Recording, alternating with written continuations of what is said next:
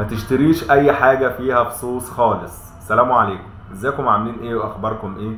السؤال ده دايما بيتقال وبيطرح قدامنا كتير جدا. احنا بنشتري الشغل فيه فصوص وبنيجي نروح نبيعها عند السايغ بيكسر الفصوص ليه؟ طيب احنا النهارده جايبين لكم مجموعه مثلا، كل الشغل ده بفصوص قدام حضراتكم اهو.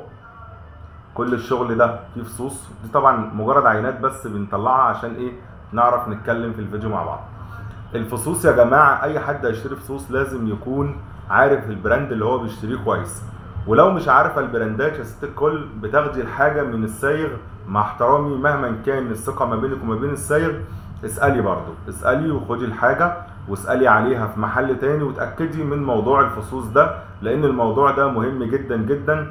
الذهب النهارده مش رخيص، الذهب غالي والفصوص بتوزن معانا، فلازم نكون مطمنين للفصوص بتاعتنا.